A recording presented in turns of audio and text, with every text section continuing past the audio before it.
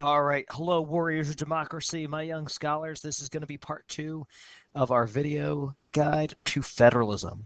All right. And in this video, we are going to look at the constitutional basis for federalism. So in the previous video, in the previous class, we talked about federalism. We talked about what it was. We defined the general timeline of federalism. So where in the Constitution does it say that the federal government is supreme? Well, we need to look no further than Article 6 of the Constitution, which is the Supremacy Clause. So if ever the United States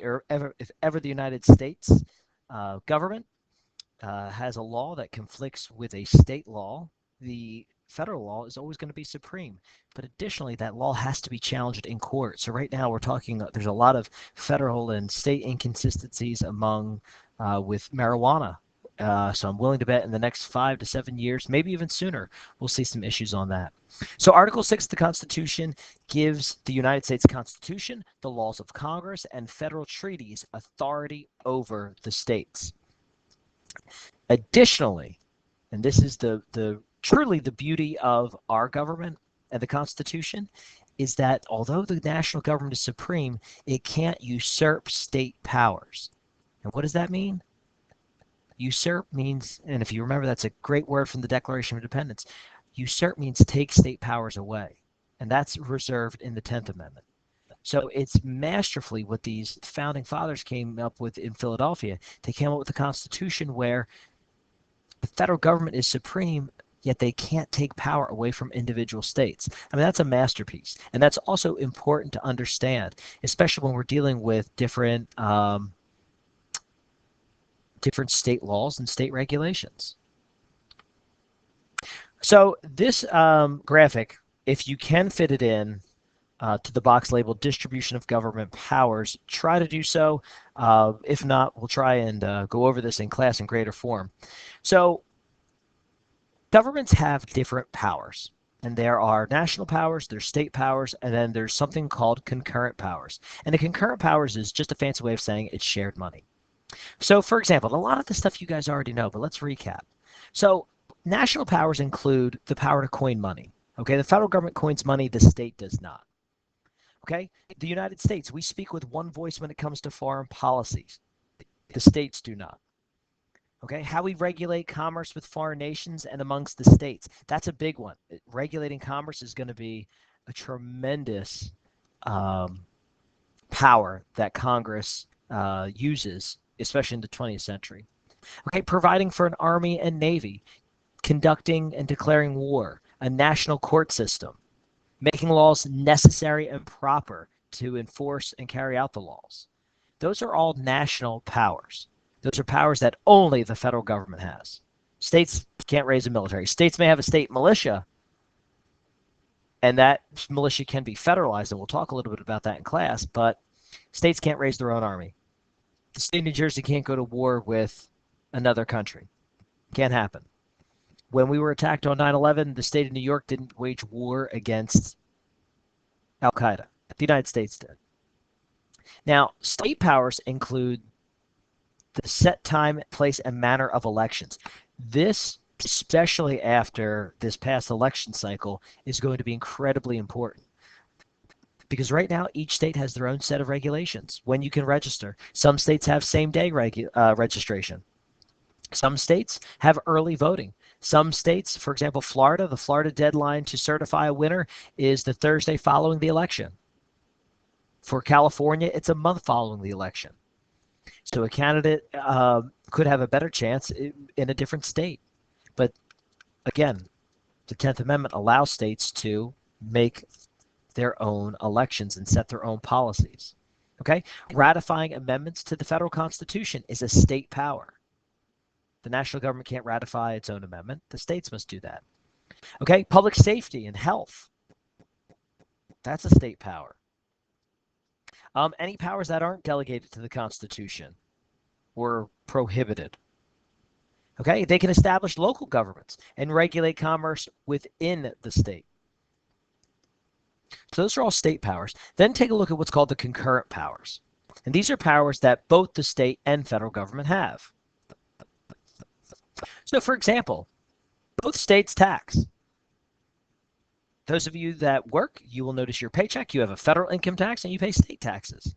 Okay, and at tax time in April, you will get your W-2s and you will submit a copy to the federal government and also the state of New Jersey. The state government can also borrow money. A lot of people think that just deficit spending is just for the federal government. No, states can borrow money from the state treasury as well. States can make and enforce laws. They can charter banks and corporations. They can spend money for the general welfare, and they can also use the takings clause within their state constitution, take private property for public purposes with just compensation. And does anybody know what this is? It's called eminent domain.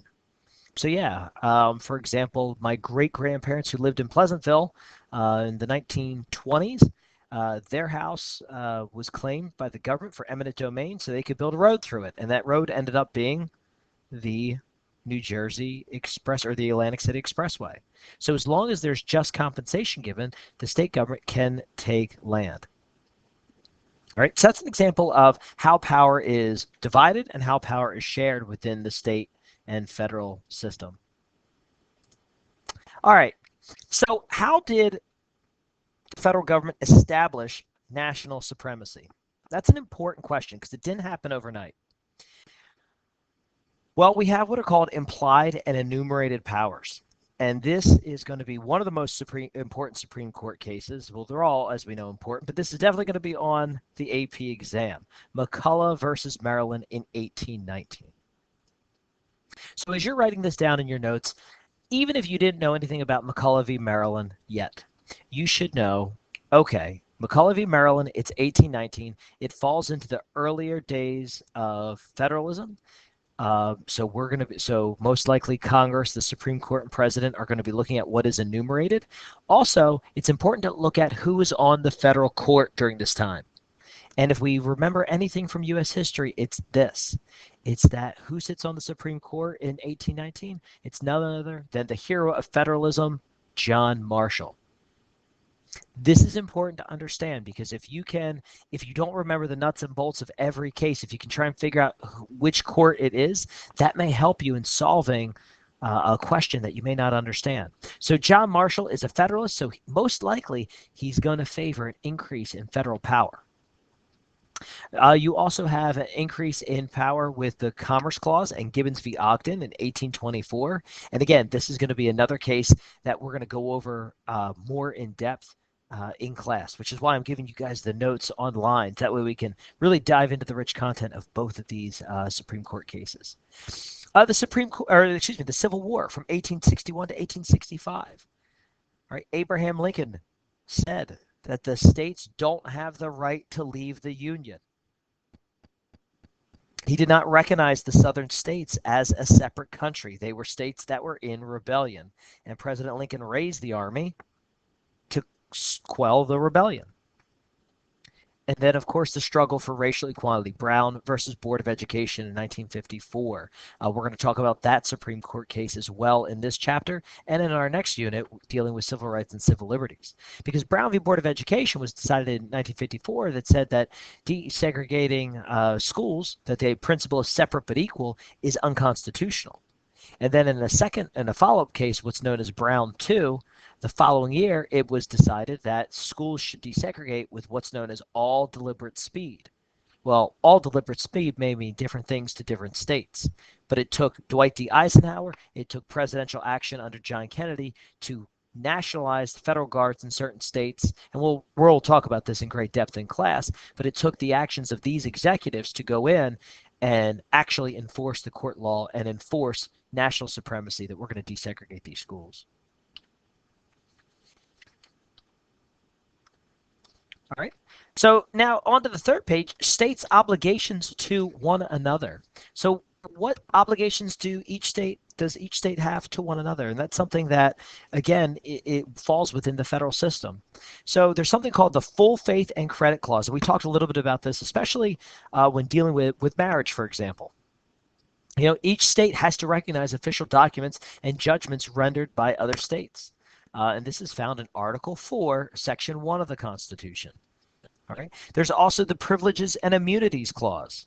Okay, citizens of each state shall have the rights and privileges of citizens. And again, this is guaranteed in Article 4, Section 2 of the Constitution.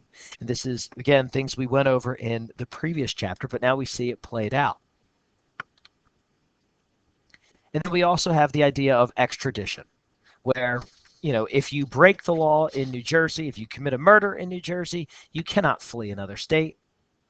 Well, you can, but the duty of the state of Pennsylvania, the Commonwealth of Pennsylvania, or the state of Maryland, or the state of Delaware, is bound to recognize, arrest you, and send you back to the state where you committed that crime.